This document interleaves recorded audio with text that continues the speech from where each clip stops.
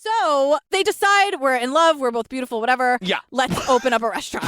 That's what happened. We're in love, we're both gorgeous, let's open a we have restaurant. a shit ton of money. Totally. Let's really put all our money behind the raw food vegan movement. So enter Jeffrey Chatterow, and I was saying to you earlier, from my time working in restaurants, that's a name you definitely know, especially from this time, like the early 2000s in New York. Yeah. I want to say he was behind like Tao, those kinds of restaurants. Yeah, he's basically super, super rich. He's a restaurateur. He's an investor, and he is going to back them financially, which is huge because it's his name and his money. I really like him in this, and he's talking about how, like, I loved them. I believed in their concept. They wanted to do like a raw vegan restaurant, and he's like, I knew nothing about it. They sounded like they knew what they were doing. I said, let's go. Well, go. So they do. They open Pure Food and Wine, and it's like instantly the celebrity hotspot because of course it is. Because as someone said, they made vegan raw food accessible and not like something weird. Exactly. They were trying to make it sexy rather than hippie or whatever. And they were saying like you couldn't get like high-end vegan food anywhere else, anywhere in the world.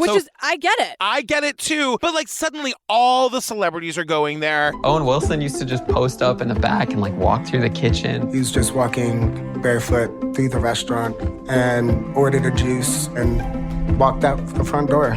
Giselle walks up to Sarma, and then like Tom Brady walks up, and I'm like, what is this place? Like, this is so crazy. Let's talk about Owen Wilson for a minute. All right. You tell the story, and then I've got shit to say. Owen Wilson broke about 38 health code violations. Yes. According to one of the people here, who I do like, a lot of her employees. Yes. Quote, Owen Wilson used to post up in the back and walk barefoot through the kitchen. That is entitled as fuck, and it's a health code violation. He would just walk in, order like off the street, and then go into the back, order a juice from the juice guy, and then leave. To which I said, Owen Wilson, you don't have to be an asshole just because you're a celebrity. Like, what an entitled fucking It's not move. like no one's forcing you to be a dick. No. And you know what? No one thought it was cute. Nobody. And then we learned that Giselle and Tom Brady would come in, barf. Who cares? Woody Harrelson, of course. Woody Harrelson is barefoot 24 hours a day. I'm sure he was back in the kitchen with the Wilson brothers. I was thinking about this the other day. Woody Harrelson was like the dummy bartender on Cheers, and then he became like the world's biggest action star. How did that happen? But now he does like serious movies. Did you see that movie on HBO, Game Change, about Sarah Palin? No. He plays Steve Schmidt. He's excellent. Oh, he's so good. He was on Will and Grace for a season Yeah, as like Will's boy. but play Woody Harrelson because he's like a hippie always barefoot. He's playing himself. So, and this is where we learn. I actually loved knowing this. They're saying like the restaurant is just getting busier and busier. The staff loved it. We were definitely like bonded together, and we felt like there was purpose behind us. And Sarma was really genuine.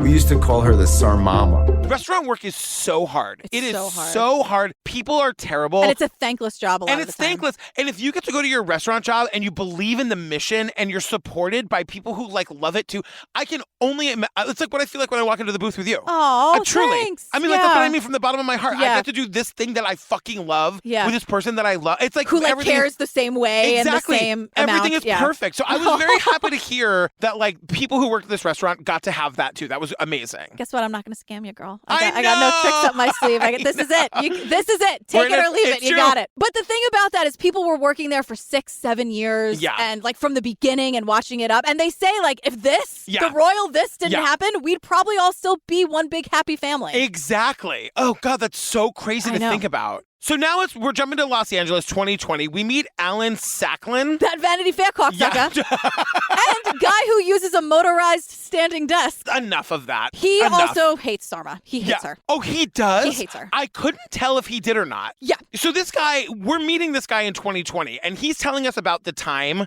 that he woke up one day and saw like her picture in the paper. Right. Like the vegan ordered pizza and is now arrested, and it's like, oh my God. Right. And all he knows is that there's like a story there, and he like used to know her from like the restaurant days. So he's like, I'm going to reach out to her and see if maybe she'll tell me her story. And he's like, it's more than just the vegan ordering pizza. Like that can't be and it. I don't even know what that is in reference to at all. So what we learned, Matthew and Sarma, they were selling raw food, sure. But they were also selling an image. Right. This like, you can be like stereotypically pretty and skinny and blonde if you eat like us. Exactly. Which I guess you probably can. Like if you're eating just Yes, but wouldn't you be hungry and cheese, angry? Yes, a million. And frankly, I think they are. You know what I mean?